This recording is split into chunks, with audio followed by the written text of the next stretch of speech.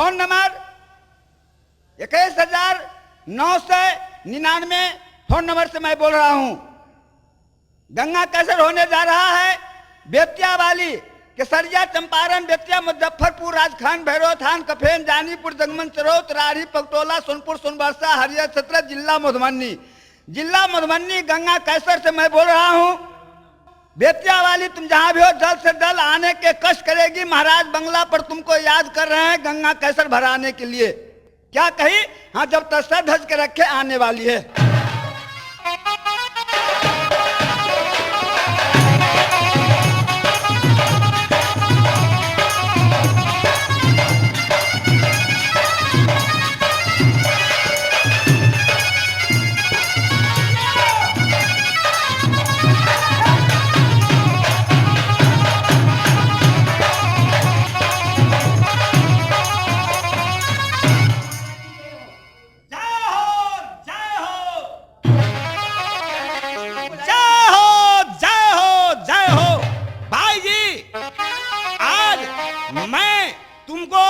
बंगला पर बुलवाया हूं क्योंकि आज तुमको भाग में गंगा कैसेट में दे रहा हूं। अच्छा? इसलिए तुम अपने काला नृत्य काला जो है आज तुम प्रस्तुत करो और दर्शकों का खुश करो भाई जी। अच्छा ठीक है महाराज, करो। मारा ठुमका बदली गई चाल मिटिबा, देखो देखो रे हमरी कमाल मिटिबा, देखो देखो रे हमरी कमाल मिटिबा।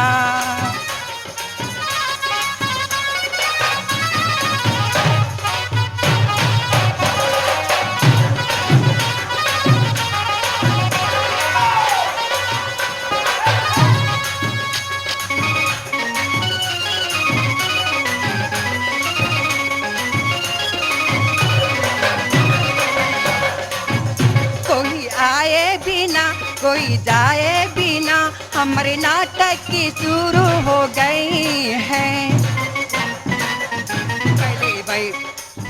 पहले लैला मोरेगी पीछे मजलूम मोरेगा, पहले लैला मरेगी पीछे मजलूम मोरे।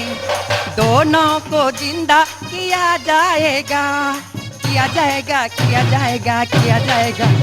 लीला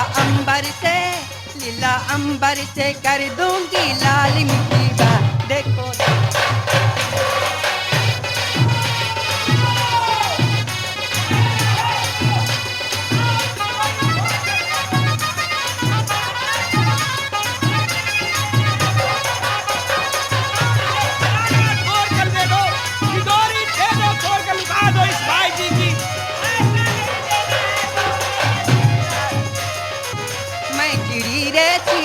देख मैं तो उड़ी, देख मैं तो उड़ी, अपनी बाबुल की हूँ मैं अकेली कुड़ी। कुड़ी रे कुड़ी, कुड़ी रे कुड़ी, कुड़ी हमारी डालूंगा खुद को कमाल मिट्टी, देखो देखो कमाल मिट्टी, देखो देखो रे हमरा कमाल।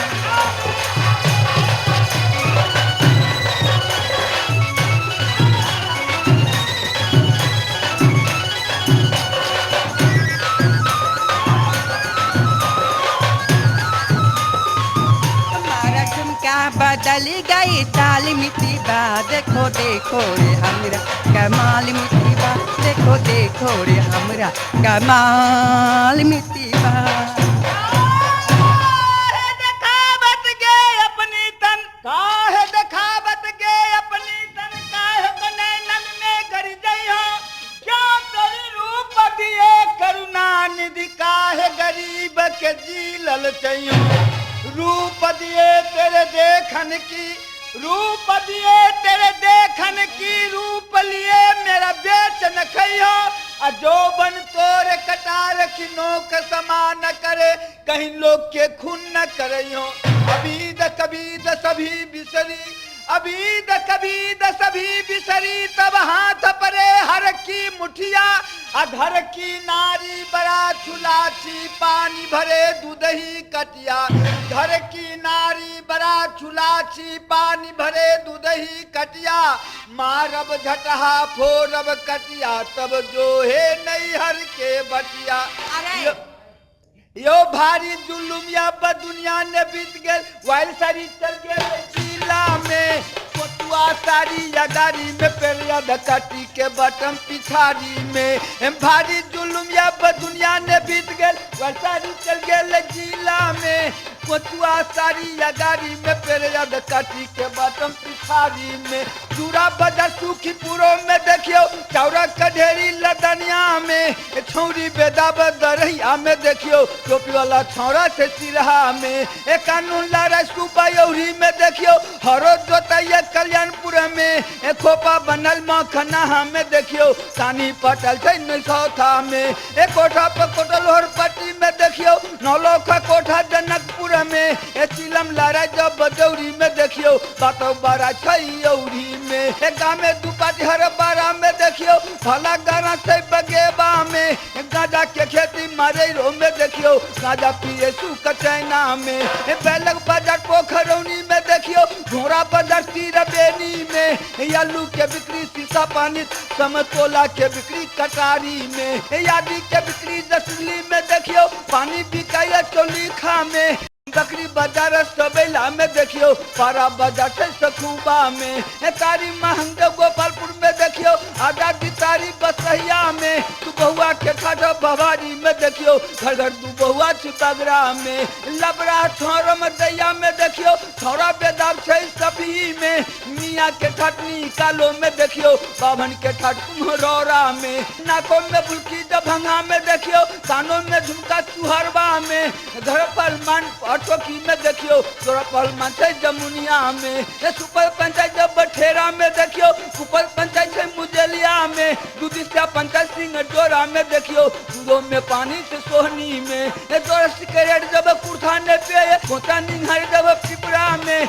गली में कंठी जमुआ में देखियो छोरा चला कनरपट्टी में एक वाला धोती धबौली में देखियो लाठी के में पोखर बीरा में लकड़ी ढुएला बटोली में देखियो मुसलमान गोरु दाहा में यात्रा पूरा में देखियो दही नामी है कठालो में नामी है पतली भररिया में देखियो बिक्री चले छै धनौजी में मोटका हकली सिसिया में देखियो करम के बतर पटियो में घर घर जमैया नोपट्टी में देखियो करीन में नामी से हसपुर में एक खजूर के गाछी से कचरी में देखियो मारल जिंदगल थुमौना में सौरी के ठाडो पोलेसर में कहता में नामी बुहारवा में एहना के बिक्री कटैया में देखियो किशन रखैया में नाथपुर में छौरी लेबर जखोली में देखियो दूधी फट गई उसराही में बीरी बने जो बदोधा में देखियो सहता सौदा नगरों में मिला खसली कर इंजन टगरा गल पिरारी में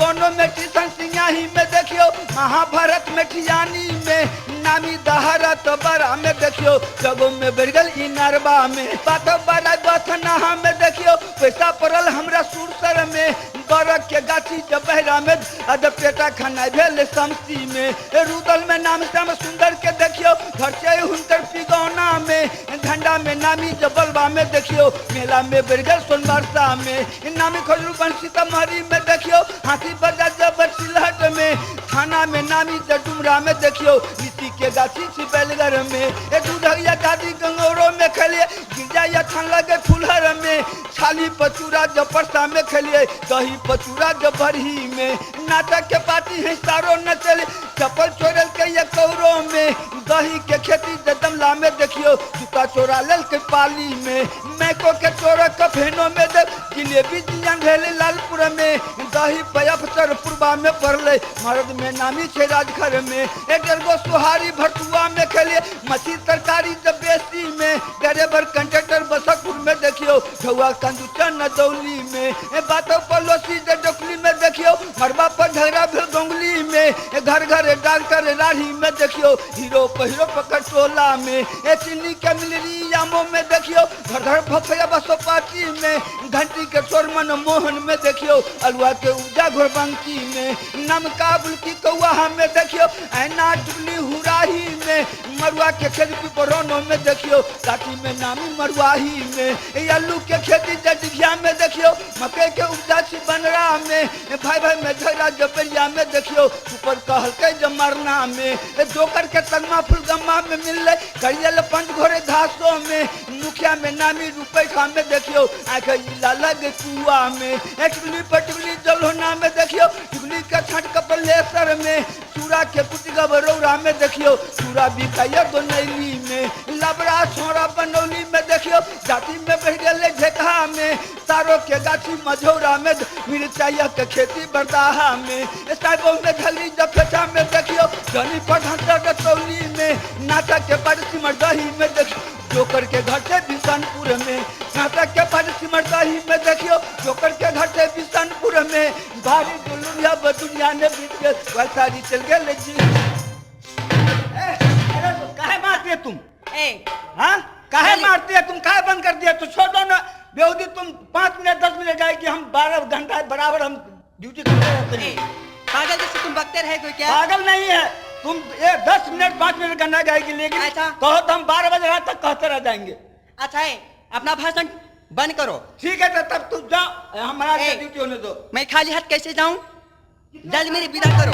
क्या चाहती है तुम? बोलो। क्या चाहती है? रानी, हाँ सरदार जी। अब आज मैं तुमको गाना सुनकर आने तुमको नृत्य काला देखकर मैं बहुत खुशी हूँ। अच्छा। इसलिए आज दिन मैं तुमको गंगा के सत में भाग दे रहा हूँ, और जाओ तो अपने आराम करो, क्षणों के लिए आराम करो भाई जी। अच्छा ठीक है, मैं मैं तुमको चली। फिर याद करेंगे मेरे बहादुरों। महाराज जाओ तुम किला एकावन में घूम जाना, और किला एकावन में खबर कर देना। महाराज मैं जाने के लिए तैयार। हो ये का बेटा ब्रह्मा है मेरे कलिंजर में, हो गादी पर बैठे ये का हो या खक पुतल, हो बेटा ब्रह्मा है।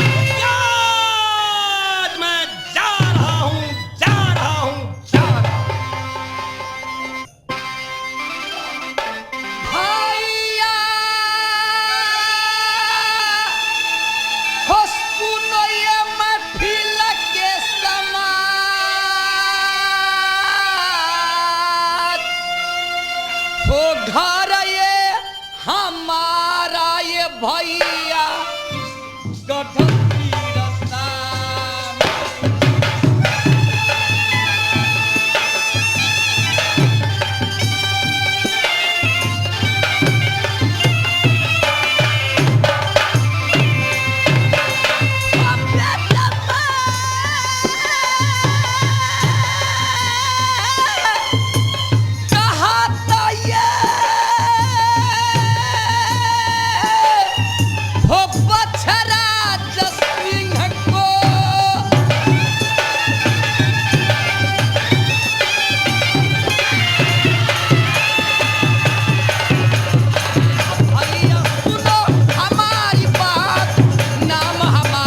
ये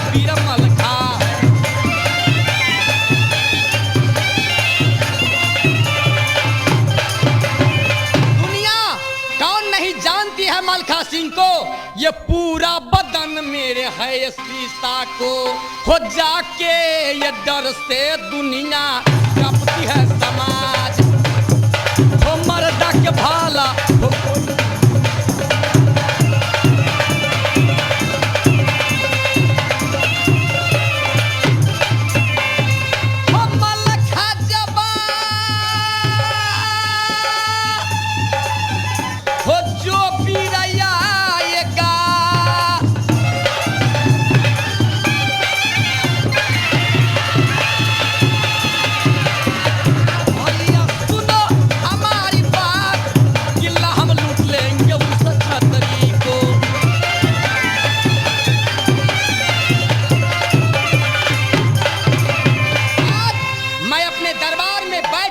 हो सोच लेता हूं, इसके बाद अपना राज और काज में लग जाऊंगा।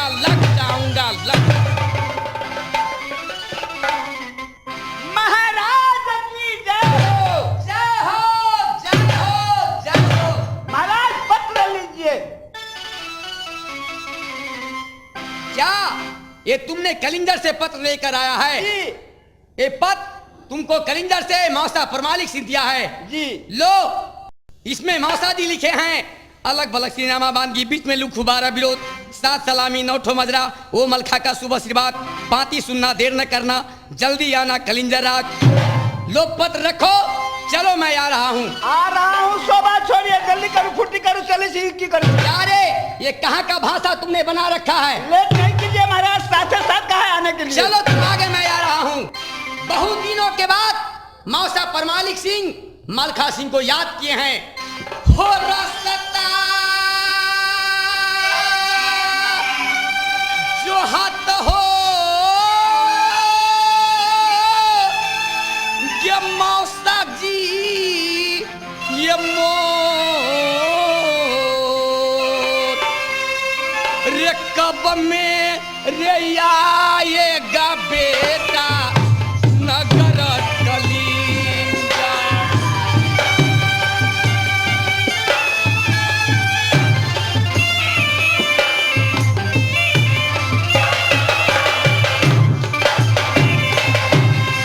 हो जाकर मिले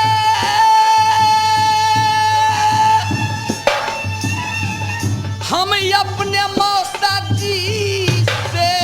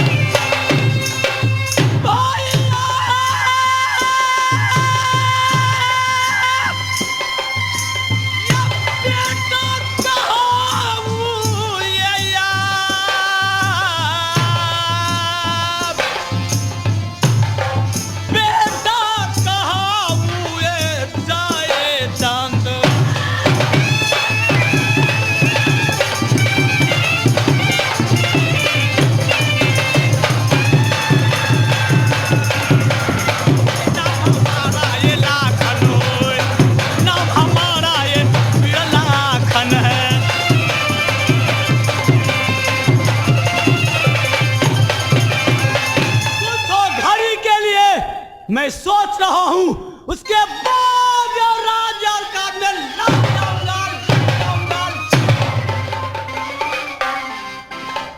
महाराज की जय हो। जय हो। महाराज पत्र लीजिए महाराज। ए बात पत्र नगर कलिंदर से है। जी महाराज। ये मौसा जी लिखा है। मौसा जी क्या लिखा है?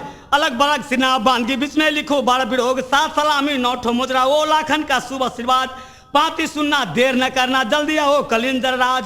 चलो मैं आ रहा हूँ। लेट नहीं लगाइए महाराज, जल्दी से आइए। चलो मैं आ रहा हूँ। हो रसता जो हाथ हो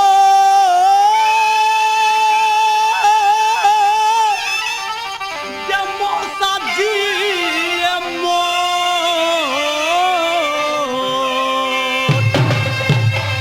लौट के नया यार बेटा वो दिल के खिलाओ।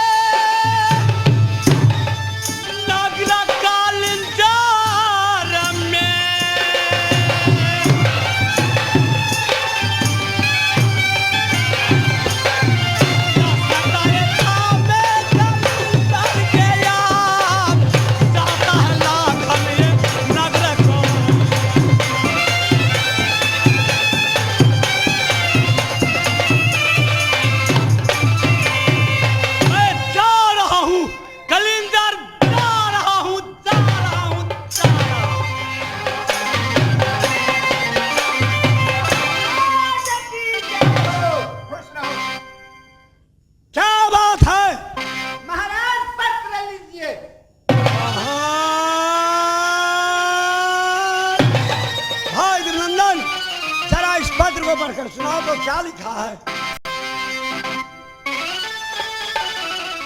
पढ़ने का समय में मदरसा कॉलेज का कुछ नहीं समझे। अच्छा क्यों? पढ़े लिखे से होगा खराब, कूदे फाने से बने नेमाम। क्या चीज लिखा हुआ है? रे क्या लिखा है? चारू भर लिखा श्री नेमा बांदगी, बीच में लिखा 12 बिरोग। अच्छा 7 सलामी 9 ठो मुजरा, शुभ आशीर्वाद है आल्हा सिंह का, शुभ आशीर्वाद है उदल सिंह का। अच्छा शुभ आशीर्वाद है कुल प्रजा को। राज कलिंदर से चिट्ठी आई है, मौसा जी याद किए हैं। रे क्या जाओ कहा? मौसा जी याद किए हैं। भैया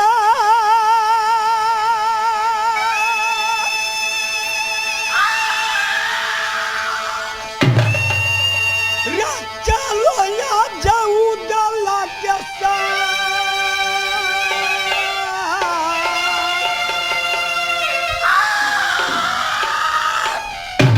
रे जाकर मिलेगा उदल अपने मौसा से।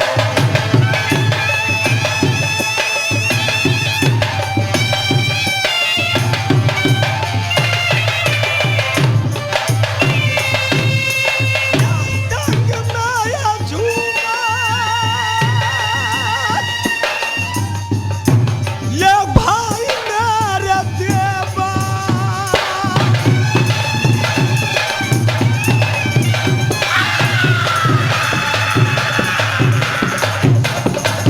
सुनो देवा मेरी बात, चलो कदम हवा पे।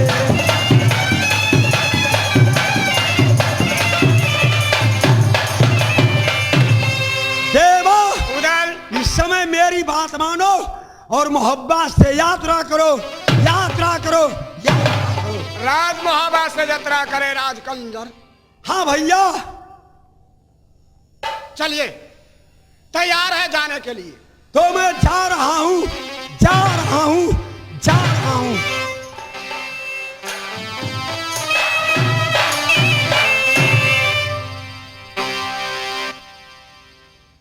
मेरा ही नाम है माहिल सिंह। दुनिया वालों आंखों से देखा करे, कानों से सुना करे। 7 बखारी है चुगली का रोटी खाता हूँ। हो मामा महिलबा ओरियल बाले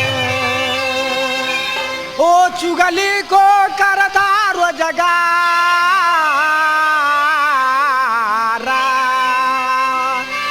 सात बखारी मेरा है चुगली का ओहो चुगली के भैया रोटी वाला खा मामा है महिलबा भैया ओरियाला बा।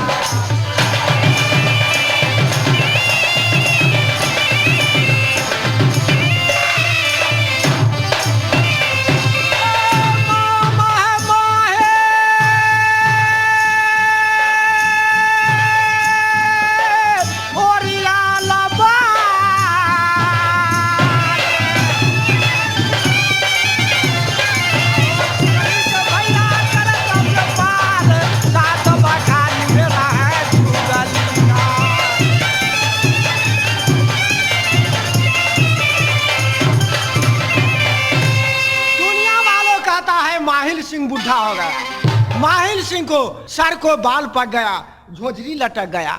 ऐ दुनिया वालों, तुम्हारा दिमाग में गोबर घुस गया है। सर को बाल पक गया तो पकने दो, झोझरी लटक गया तो लटकने दो। माहिल सिंह का बुद्धि अभी नौजवान है। दुनिया वालों कहता है माहिल सिंह बुढ़ा हो गया। माहिल सिंह को क्यों पुछारत करूंगा? मैं नहीं पूछूंगा। ऐ दुनिया वालों, तुम नहीं पूछेगा, माहिल सिंह अपने से जाएगा।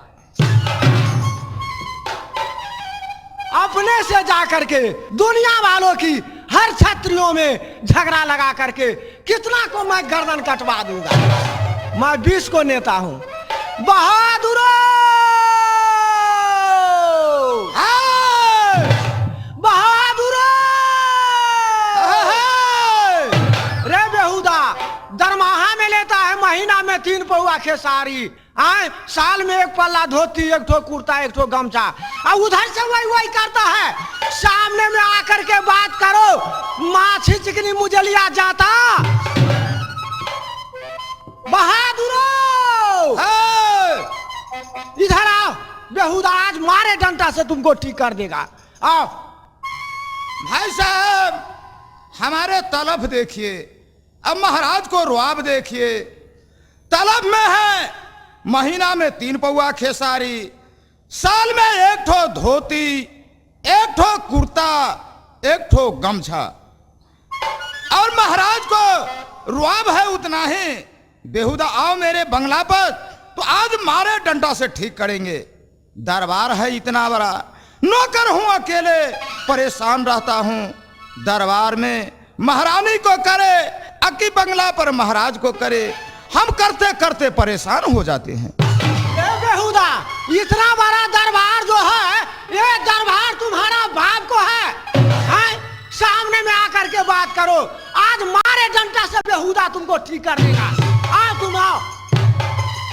शायद महाराज मेरे बोली सुनकर के गुस्सा हो गया है, जाकर के सलामी ठोकता हूं, जो क्या कहता है।